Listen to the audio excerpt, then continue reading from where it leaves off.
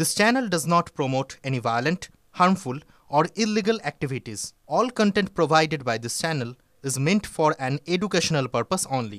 এই তো আজ না হোক কাল হওয়ারই ছিল এরকম একটা ঘটনা, দুঃখজনক ঘটনা। কিন্তু যেভাবে শিক্ষকদের মেরেছে বা মারছে, এখনও দেখলাম টিভিতে কোথায় মারছে, মহিলা শিক্ষকদের উপর রক্তাক্ত অঙ্গ দেখলাম। শুনছি নাকি পুলিশ ছাড়াও অন্য কোথাকার লোক এসে গেছে, গুন্ডারাও এর মধ্যে অংশগ্রহণ করছে। এটা একেবারে নিন্দনীয়, একেবারে নিন্দনীয়। জুনিয়র ডাক্তারদের ব্যাপারটা কিছুখানি মেটানো গেল। তিনি ধৈর্য দেখিয়েছিলেন বলে, একটা সমস্যা আসলে ধৈর্য দেখাতে হয়, ধৈর্য দেখিয়েছিলেন বলে মেটানো গেল।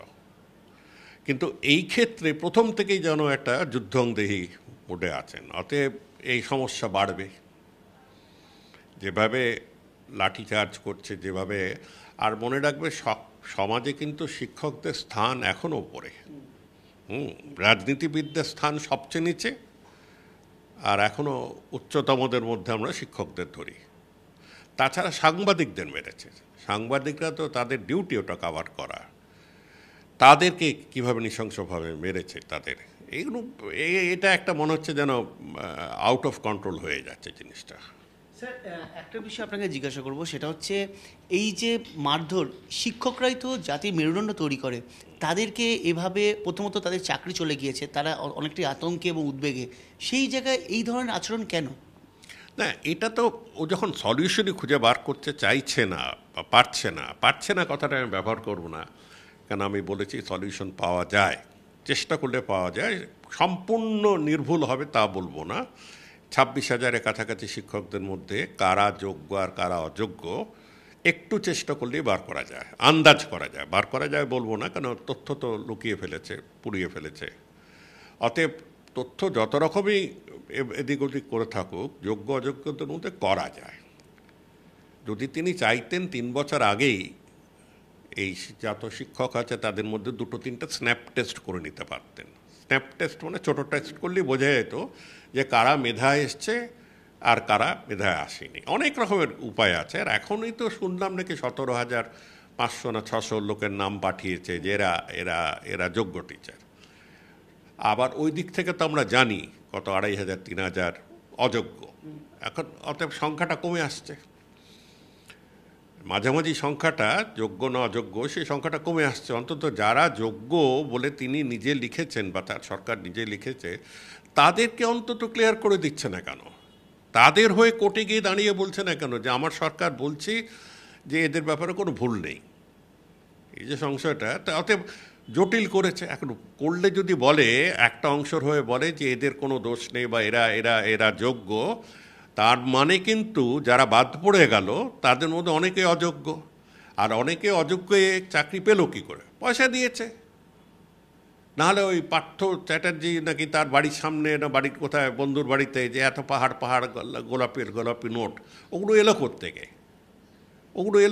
এটা নিয়ে একটা বিশাল করাপশান চলছে। আর এই ঢাকতে গিয়ে যত ঢাকতে চেষ্টা করছে তত গণ্ডগোলে পড়ে যাচ্ছে। পুলিশ কি কোথাও মেরুদণ্ডে আঘাত করলো, জাতির মেরুদণ্ডে? পুলিশের মতন করেছে, পুলিশকে নিয়েও অর্ডার দিয়েছে এরমভাবে। কিন্তু মারারও একটা কায়দা আছে, ধাক্কা দেওয়ারও একটা কায়দা আছে। হ্যাঁ, মানে লোকের গায়ে অত আঘাত না দিয়েও লোককে সরানো যায়। যেটা সবচেয়ে মানে চোখে লাগছে সেটা হচ্ছে যে 6-7 মাস আগে যে ডাক্তারদের অ্যাজিটেশন, নির্ভয়ার অ্যাজিটেশন, তারপরে তোমার এই মহিলাদের যেটা রাত দখল, সেখানে কিন্তু অসম ধৈর্য দেখিয়েছেন। এমনকি তথাকথিত নবান্ন মার্চ বলে যারা করেছিল গটাপ কেস, তাদেরকেও কিন্তু খুব একটা জোর মারধর করেনি। কিন্তু এবার এই শিক্ষক শ্রেণীকে যেভাবে মারধর করছে বিকাশ ভবনের সামনে, আমার কষ্ট হয়। বাড়িটাতে তো আমি 4 বছর কাটিয়েছি, শিক্ষা দপ্তরে সচিব হিসেবেই কাটিয়েছি, এত কষ্ট হয়। ওখানে সবসময় অ্যাজিটেশন হয়, কোনো না কোনো শিক্ষকদের উল্টো দিকে একটা ছাউনি করে সবসময় তাদের কোনো না কোনো বিক্ষোভ থাকতো। তারপরে কয়েকটা দিন গেলে আমার সাথে দেখাও করতো, বা স্কুল শিক্ষা সচিবের সাথেও দেখা করতো ওরা। আমরা এরকম লাঠিচার্জ দেখিনি। বাম আমলে একাধিক ত্রুটি বিচ্যুতি সবই আমরা শুনেছি এবং মানুষ পরিবর্তন চেয়েছিল। এই ধরনের আচরণ বা এই ধরনের লাঠিচার্জ কখনো শিক্ষকদের উপর হতে দেখা গিয়েছিল? না, শিক্ষকদের ওপর সবচেয়ে বড় অত্যাচার করেছিলেন কিন্তু বিধান রায়, ভুলে যাচ্ছি আমরা। ওই 1953-54 সালে যখন শিক্ষক আন্দোলন শুরু করেছিল, শিক্ষকদের ওপর অনেক স্টেপস নিয়েছিলেন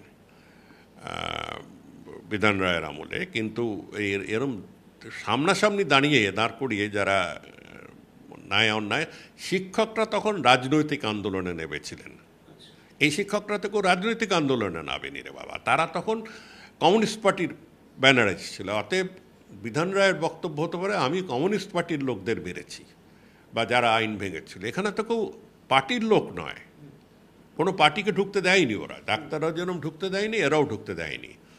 অতএব সাধারণ শিক্ষকদের উপর মানলে এমনিতেই বাংলার মান, শিক্ষার মান নিয়ে অনেক প্রশ্ন উঠছে এখন। আর তারপরে যদি শিক্ষকদের এরকম করে হেনস্থা করে, এরা ছাত্রদের সামনে কি মুখ দেখাবে? নেক্সট যখন ক্লাসে যাবে তখন বলে, স্যার আপনাকে মেরেছিল, কোথায় মারলো? শিক্ষার মান নিয়ে যখন বলছেন, একটা বিষয় জিজ্ঞাসা করা আপনার, যেসব জনপ্রতিনিধিরা গতকাল আমরা আচরণ দেখেছি, এদেরও তো কোনো তারা শিক্ষিত, তারা পড়াশোনা করেছেন, কিন্তু তারা যেভাবে শিক্ষকদের জায়গায় গিয়ে যে অবস্থা দেখালো, যে ধরনের রাগ দেখালো, সেটা কি অভিপ্রেত? ওটা শিক্ষা থাকলেও হয়, না থাকলেও হয়, ওটা মানে পারিবারিক রুচি, যে রুচিবোধ নিজের থাকে, কিভাবে কোন অ্যাটমসফিয়ারে বড় হয়েছে তারও একটা পরিচয় থাকে। কিন্তু হ্যাঁ, মানে শিক্ষিত অশিক্ষিত লোক প্রচুর পলিটিক্স আছে, সে ব্যাপারে কোনো সন্দেহ নেই। এই শিক্ষকরা আজকে যে আন্দোলনটা করছে, আপনার চোখে কতটা ন্যায্য বলে মনে হয়? একটা তো সলিউশন আনতে হবে।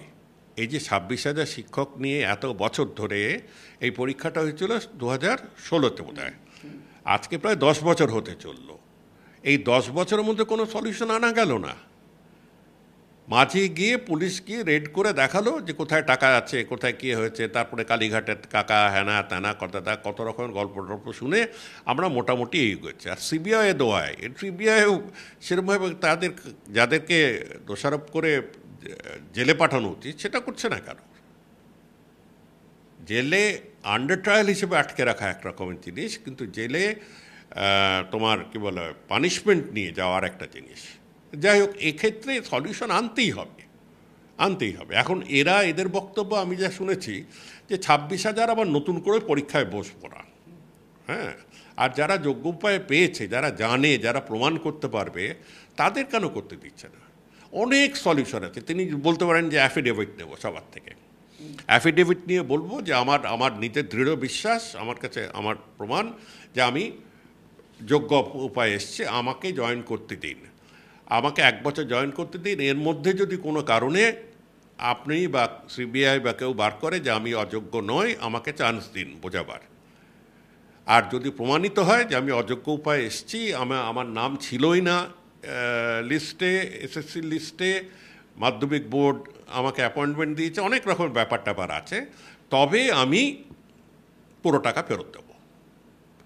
এরম একটা অ্যাফিডেভিট করে যদি তাদেরকে অ্যালাউ করে কোর্ট, এটা অফকোর্স কোর্ট ছাড়া কেউ পারবে না, তবে অনেকখানি চাপটা চলবে যে যারা অযোগ্য তারা এই অ্যাফিডেভিট করার আগে কিন্তু 4 বার চিন্তা করবে, কারণ পুরো টাকা দিতে হবে তাদের ফেরত। এই প্রসঙ্গে শেষ প্রশ্ন, ব্যর্থতা কার?